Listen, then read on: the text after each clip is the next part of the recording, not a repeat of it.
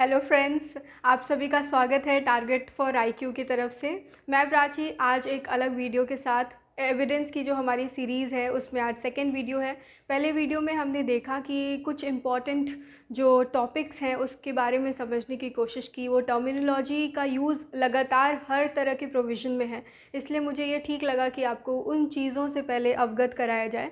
अब आज हम बात करेंगे स्कीमेटिक थिंग्स कैसे वर्क करती है, क्या स्कीम है इस एक्ट का, किस तरह के प्रोविजंस हैं एंड चैप्टर्स और आपके सेक्शंस में कैसे डिवाइडेड है, और कुछ की कॉन्सेप्ट्स आज हम समझने की कोशिश करेंगे। बट बिफोर दैट मैं आपको एक चीज़ समझाना चाहती हूँ। फर्स्ट ऑफ ऑल आपको इस चीज़ से अवगत कराना चाहती हूँ कि एविडेंस एक जो सब्जेक्ट है उसका क्या इम्पोर्टेंस है। सबसे पहले कि एज अ सब्जेक्ट लॉ में उसका क्या इंपॉर्टेंस है, एंड दूसरी बात कि वो एग्ज़ामिनेशन पॉइंट ऑफ व्यू से, आपके judiciary examination point of view से कितना इम्पॉर्टेंट है प्री और मेंस दोनों के लिए। तो सबसे पहले हम बात करते हैं इसके इम्पॉर्टेंस की। तो ये सिविल और क्रिमिनल केसेस दोनों ही केस में एविडेंस का एक अलग महत्व होता है। आप कोर्ट में कुछ भी डॉक्यूमेंट प्रोड्यूस करते हैं या फिर कोई भी गवाह की प्रस्तुति होती है, तो जो रूल्स, जो सेट प्रिंसिपल्स है वो कहाँ से डराइव होता है, वो हमारा गवर्न करता है एविडेंस लॉ में। जो कि आप बहुत लोगों की ये धारणा होती है कि एविडेंस जो है वो क्रिमिनल लॉ से एसोसिएटेड है, उसकी सिविल केसेस में कोई उसका काम नहीं है। लेकिन ये धारणा गलत है। ये सिविल और क्रिमिनल केसेस दोनों के लिए ही एक प्रोसीड्यूरल एविडेंस का जो भी रूल्स है वो एविडेंस लॉ में है, और उसके बाद उसका जो सिविल और क्रिमिनल दोनों ही एस्पेक्ट में अलग इम्पॉर्टेंस है। जैसे कि आप बात करिए एडमिशन की, तो एडमिशन ऐसा माना जाता है कि जनरली सिविल केसेस में होते हैं। Confession on the other hand generally criminal cases में देखा जाता है कि जो कल्प्रिट है, जो कि अक्यूज्ड है, वो कन्फेस करता है बिफोर द मैजिस्ट्रेट। तो इसके कुछ एप्लीकेशंस हैं, कुछ प्रोविजंस हैं जो स्ट्रिक्टली क्रिमिनल केसेस में फॉलो की जाती है। जैसे कि आप 105 ऑफ एविडेंस एक्ट देखते हैं, तो बर्डन ऑफ प्रूफ कि आपका केस जो है वो फॉल करता है जनरल एक्सेप्शन आईपीसी के, तो वहाँ पे आप क्रिमिनल लॉ वाली बात आती है। General exception is only in criminal law, तो वो एक पर्टिकुलर सेक्शन है जो कि क्रिमिनल लॉ से डील करता है। वैसे ही कुछ एक पर्टिकुलर सेक्शंस हैं, कुछ एक पर्टिकुलर प्रोविजंस हैं जो कि सिविल केसेस के ऊपर डील करते हैं, सिविल केसेस में फॉलो किए जाते हैं। जबकि कुछ रूल्स हैं जो कि सिविल और क्रिमिनल केसेस दोनों में ही फॉलो किए जाते हैं। तो एविडेंस बिफोर इनैक्टमेंट इन 1872 डिफरेंट एक्ट्स में डिफरेंट स्फेयर्स में डिवाइडेड था। तो जो ये एक्ट है, अगर आप प्रीएम्बल देखते हैं, किसी भी एक्ट को पढ़ने से पहले प्रीएम्बल देखना बहुत ज़रूरी होता है। तो आप प्रीएम्बल देखते हैं तो इसमें इसका जो ऑब्जेक्ट है या प्रीएम्बल है वो ये कहता है कि an act to consolidate, amend and define. तो जो भी प्रोविजंस डिफरेंट लॉज में अवेलेबल थी, वो क्या कर रहा था कि एविडेंस के रूल्स को डिफ़र कर दे रहा था।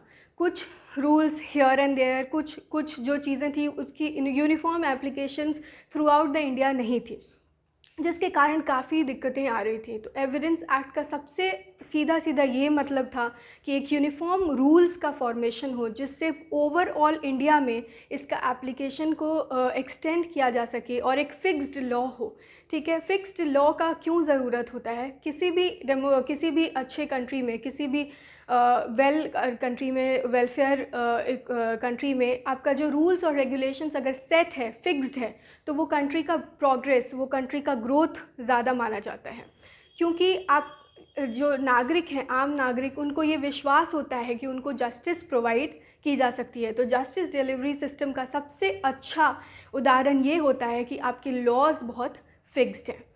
अब बात करते हैं एविडेंस एक्ट जो है वो आपके जुडिशियल एग्जामिनेशन के लिए कितना ज़्यादा इम्पॉर्टेंट है।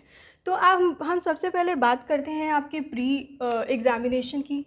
जो जनरली प्रिलिमिनरी एग्जामिनेशंस होता है, कोई भी जुडिशियल एग्ज़ाम्स होता है, वो 3 पार्ट्स में डिवाइडेड होता है। फर्स्ट आपका प्रीलिम्स होता है, सेकंड आपका मेंस होता है, और थर्ड होता है आपका इंटरव्यू।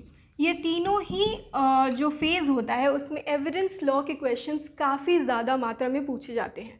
प्रीलिम्स में आपको जिस तरह के क्वेश्चन पूछे जाते हैं वो मैं बता दूं। फर्स्ट आपके जो हो गए वो सेक्शन बेस्ड क्वेश्चन हो गए। सेक्शन बेस्ड क्वेश्चन जो इम्पॉर्टेंट प्रोविजंस हैं, जैसे कि मान लेते हैं सेक्शन 6 रेस जस्टिस, ये प्रिंसिपल जो है रेस्ट जेस्टे का, वो कई बार क्वेश्चन पूछा जाता है कि section 6 says what, defines what the principle of res gestae. वैसे ही आपका बर्डन ऑफ प्रूफ से रिलेटेड जो सेक्शंस है, सेक्शन 101 ऑनवर्ड्स, वो भी इंपॉर्टेंट होता है। उस तरह के कई सारे सेक्शंस ऐसे हैं जिसको आपको कन्फेशन का इंपॉर्टेंट सेक्शंस, एक्सपर्ट एविडेंस कहाँ दिया गया है, बहुत सारा सेक्शन बेस्ड क्वेश्चन भी देखने को मिलता है, जो कि बहुत ब्राउनी पॉइंट है। एक बार आप स्कीम ऑफ थिंग्स को समझ जाएंगे, एक बार पूरे चैप्टराइजेशन को देख लेंगे, तो ये जो डायरेक्ट क्वेश्चंस आपके बनते हैं वो आपके लिए एक ब्राउनी पॉइंट्स अर्न करते हैं, और यहाँ पे आपकी गलती होने की संभावना नील हो जाती है। सेकेंड तरह का क्वेश्चन हम देखते हैं, वो है आपका case law based question. Case law based question, case law based question में भी हमें ऐसे एकदम लगा अंधाधुंध सिर्फ केस लॉ पढ़ने की ज़रूरत नहीं है। कुछ एक इम्पॉर्टेंट केस लॉज हैं जो बार बार आप एग्जामिनेशन में देखते हो, तो बार बार चीज़ें अगर आप समझोगे हमारे साथ इस लेक्चर में, तो आपको समझ में आएगा कि कुछ इम्पॉर्टेंट केसेस जो है वो हर बार आप एग्जामिनेशन में देखते हो। उन केसेस को फोकस करते हुए एविडेंस को पढ़ा जाए तो अच्छे से समझ में भी आएगा, उसके कॉन्सेप्ट भी क्लियर होंगे, और आपका बोनस पॉइंट भी हो सकता है। जो तीसरा क्वेश्चन होता है वो होता है आपका इलस्ट्रेशन बेस्ड क्वेश्चन। एविडेंस में इलस्ट्रेशन बेस्ड क्वेश्चन का एक अलग इंपॉर्टेंस है, क्योंकि आप जो कई बार ऐसा होता है, कई बार ऐसे जैसे सेक्शन 114 आप देखते हो, फैक्ट्स कब कब प्रिज्यूम किए जा सकते हैं, फैक्ट्स जो है उसके प्रिजम्पशन के बारे में बात की गई है, मे प्रिज्यूम है वहाँ पे, और कुछ फैक्ट्स दिए हुए हैं। 114 के जो ABCD इलस्ट्रेशंस हैं वो अपने आप में एक अलग सेक्शन बनाता है, तो उस तरह का इलस्ट्रेशन बहुत ही ज़्यादा इम्पॉर्टेंट हो जाता है।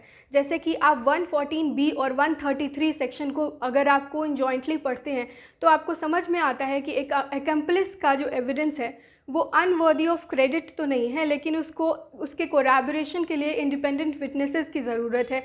उसको कोर्ट जो है बहुत बारीकी से ध्यान देता है उसके एविडेंस को, एक्म्प्लिस की के एविडेंसेस को। तो वैसे ही तरीके से इलस्ट्रेशन जो है वो काफ़ी कुछ नई बातें हमें समझाता है आपके एविडेंस लॉ में, इसीलिए इलस्ट्रेशन का एक अपना महत्व है। और चौथा जो आपका क्वेश्चन होता है वो होता है application based question. Application based question का मैं एक एग्जांपल देती हूँ। आपने देखा होगा सेक्शन 27 ऑफ एविडेंस एक्ट। अब सेक्शन 27 में आप ये जानते हैं कि पुलिस कस्टडी में अगर कोई एविडेंस दिया जाए तो उसको मान्य नहीं माना जाता है, ये 25 में आपका दिया हुआ है। लेकिन अगर वैसा कस्टडी में वैसे स्टेटमेंट देना जिसके थ्रू कोई डिस्कवरी है, जैसे कि मैं कस्टडी में हूँ या तो और मैंने ऐसा कन्फेशन किया, ऐसा बात बोला पुलिस के सामने भी कि मैंने चाकू से मारा, चाकू मैंने हिड किया हुआ है, एक गड्ढे में खोद के उसको दफनाया हुआ है, और पुलिस जाके उस चाकू को फाइनली ढूंढ लेती है उस गड्ढे से जहाँ मैंने डायरेक्ट किया।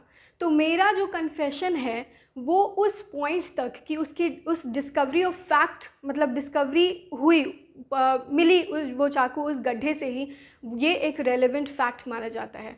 तो ऐसे क्वेश्चंस एप्लीकेशन बेस्ड क्वेश्चन में काफ़ी फेवरेट माने जाते हैं। ये जस्ट एक एग्जांपल है, उस तरह के क्वेश्चन काफ़ी इंपॉर्टेंट हो जाते हैं। तो ये आपका हुआ प्रीलिम्स में इस तरह के क्वेश्चन देखने को मिले। अब देखिए बात करते हैं हम 26वीं न्यायिक सेवा, जो बिहार न्यायिक सेवा थी, उसमें वो क्वेश्चन पेपर आप उठा के देखिए, और 31वीं न्यायिक सेवा की क्वेश्चन आप उठा के देखिए। परसेंटेज ऑफ क्वेश्चन, जो डायरेक्ट क्वेश्चन का परसेंटेज है वो रिड्यूस हो गया है, और यहाँ पे illustration based, case law based और एप्लीकेशन बेस्ड क्वेश्चन ज़्यादा मिलने लगी है। बात सिर्फ बिहार की नहीं है, बाकी दूसरे जुडिशरी एग्ज़ाम्स की भी है। कई बार हमें सिर्फ सीधे प्रश्न अब नहीं मिल रहे हैं, इसलिए कॉन्सेप्ट का इम्पोर्टेंस बहुत ज़्यादा हो जाता है। अब हम बात करते हैं आपके मेंस एग्ज़ामिनेशन की। जैसे कि अभी MP जुडिशरी लाइंड अप है, बिहार जुडिशरी का मेंस लाइंड अप है, 31st judiciary mains lined up है। तो मेंस में आप बिहार में भी देखिएगा, ये एक कंपलसरी पेपर है, और MP का भी एक ये पेपर 3rd में इसके क्वेश्चंस आते हैं एविडेंस के। और दोनों ही में देखा गया है कुछ एक इम्पॉर्टेंट एरिया है जहाँ से क्वेश्चन बनते हैं, बार बार बनते हैं, लेकिन इम्पॉर्टेंट ये हो जाता है कि आपको ना सिर्फ समझ आए कि आपको क्या लिखना है, उसके साथ आप रियल लाइफ एग्जांपल्स दो, केस लॉ दो, तो उससे आपका आंसर और प्रेजेंटेशन ऑफ आंसर बहुत ही इंपॉर्टेंट हो जाता है। ये समझ में आना चाहिए कि किस इलस्ट्रेशन को किस सेक्शन से लिंक करके लिखा जाए, ये इसलिए आपको एविडेंस का पूरा होलसम नॉलेज होना बहुत ही ज़रूरी है। अब हम बात करते हैं इंटरव्यू की। तो इंटरव्यू में भी देखा जाता है कई बार कि एविडेंस से, सीआरपीसी से आप इन अ वे होलसम प्रोसीड्यूरल लॉ से क्वेश्चंस काफ़ी होते हैं, क्योंकि आप जुडिशियल मैजिस्ट्रेट बनने वाले हैं, आपको एविडेंस को इवैल्यूएट करना सीखना है।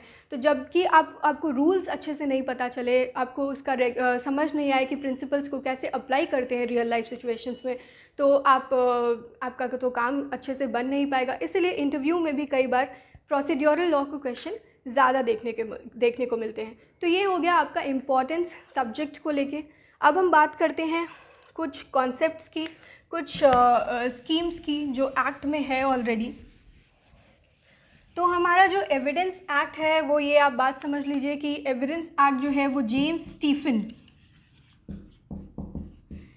स्टीफन को माना जाता है फादर ऑफ एविडेंस लॉ। ये आपका एक एमसीक्यू का क्वेश्चन बनता है। जेम्स स्टीफन को माना जाता है father of evidence law. Evidence law जो है वो इनैक्ट हुआ है इन्फोर्स हुआ है 1 सितंबर 1872। इनैक्टमेंट का डेट 15 मार्च है, बट इनैक्टमेंट से ज़्यादा इन्फोर्समेंट का डेट इंपॉर्टेंट है, और ये 1 सितंबर 1872 है। ये डेट बहुत ही इंपॉर्टेंट हो जाता है, और ये सेम डेट आपके इंडियन कॉन्ट्रैक्ट एक्ट में भी है, तो ये इंपॉर्टेंट है आपका। उसके बाद हम बात करते हैं आपके कितने चैप्टर्स हैं, कितने पार्ट्स हैं। तो एविडेंस एक्ट में आपके पार्ट 3 हैं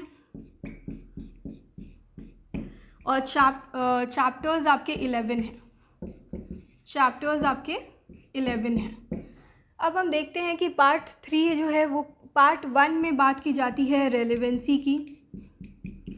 पार्ट 1 जो है वो बात करते हैं हम रेलेवेंसी की। रेलेवेंसी ऑफ फैक्ट्स को डील करता है, ठीक है। पार्ट 2 में अब रेलेवेंट, आप इसको स्टोरी की तरह समझिए, रेलेवेंट है कि नहीं फैक्ट ये हम समझ गए पार्ट 1 में। अब उसके बाद क्या आएगा, उसका प्रूफ कैसे होगा, क्या फैक्ट को प्रूफ करना है, क्या फैक्ट को नहीं प्रूफ करना है। कई बातें ऐसे होती है जो जुडिशियल नोटिस, मतलब sun rises in the east, you don't have to prove this fact, judiciary और द जजेस नो दिस फैक्ट। तो कुछ चीज़ें, कुछ फैक्ट्स जो हैं वो जजेस प्रूफ्ड मानते हैं, judiciary takes notice of the fact, ठीक है। जो एडमिशन, सामने वाली पार्टी जिसने एडमिट कर ली है उस फैक्ट को प्रूफ करने की ज़रूरत नहीं है। तो प्रूफ का बेसिस पे हम देखेंगे कि क्या ऑन प्रूफ जो है वो पार्ट 2 में आपका आता है कि प्रूफ से रिलेटेड जो है प्रोविजंस इसमें दिए हुए हैं कि ओरल एविडेंस के थ्रू प्रूफ करिए, डॉक्यूमेंट्री एविडेंस के थ्रू प्रूफ करिए, ये या of exclusion of oral and documentary evidence, किस केस में ओरल एविडेंस को एक्सक्लूड किया जा सकता है या डॉक्यूमेंट्री एविडेंस को एक्सक्लूड किया जा सकता है, वो आपका हो गया पार्ट 2 में। अब बात करते हैं हम पार्ट 3 की। आपने प्रूफ तो कर दिया, प्रूफ करने की स्टेटमेंट दे दी। अब हम उसके थर्ड स्टेज में आते हैं, production and effect of evidence. अब आपने एविडेंस तो दे दिया, लेकिन उसका इफ़ेक्ट क्या हुआ, उसको इवैल्यूएट कैसे किया जाएगा, ये हम देखेंगे पार्ट 3 में। तो ये आपका स्कीम ऑफ थिंग्स है, 3 चैप्टर्स का ये आप देखते हैं। अब पार्ट 1 में चैप्टर 1 और 2 आता है। चैप्टर 1 आपका हो गया प्रिलिमिनरी और चैप्टर 2 हो गया रेलेवेंसी ऑफ फैक्ट से रिलेटेड। वहीं आपका चैप्टर 2 जो है ऑन प्रूफ, उसमें आप लॉजिकली सोचिए, मैं आप बोल रही हूँ, मुझे आई थिंक आपको ज़्यादा समझ में आएगी ऑन प्रूफ में क्या क्या फैक्ट्स आएगा, कि किस किस तरह के फैक्ट्स जो हैं, जुडिशियल नोटिस वाले सेक्शंस आ गए आपका फिर ओरल एविडेंस आ गया, डॉक्यूमेंट्री एविडेंस हो गया, of exclusion of oral and documentary evidence आ गया। ये आपके पार्ट 2 में चैप्टर 3 से लेके चैप्टर 6 तक आ गया। अब पार्ट 3 जो है production and effect of evidence, इसमें आपका चैप्टर 7 से चैप्टर 11 तक आता है, और जिसमें कि burden of proof, estoppel of witnesses, examination of witnesses और आपका जो चैप्टर 11 है जहाँ पे इम्प्रॉपर एडमिशन के बारे में बात की गई है, वो आपके पार्ट 3 में आता है, production and effect of evidence. अब हम नेक्स्ट सेगमेंट में बात करेंगे, छोटे छोटे कॉन्सेप्ट्स को लेके चलेंगे कि कैसे कैसे रेलेवेंट फैक्ट, सबसे पहले ये समझेंगे कि फ़ैक्ट होता क्या है, फैक्ट एंड इशू क्या होता है, हमारे नेक्स्ट लेक्चर में ये हम समझेंगे। Thank you.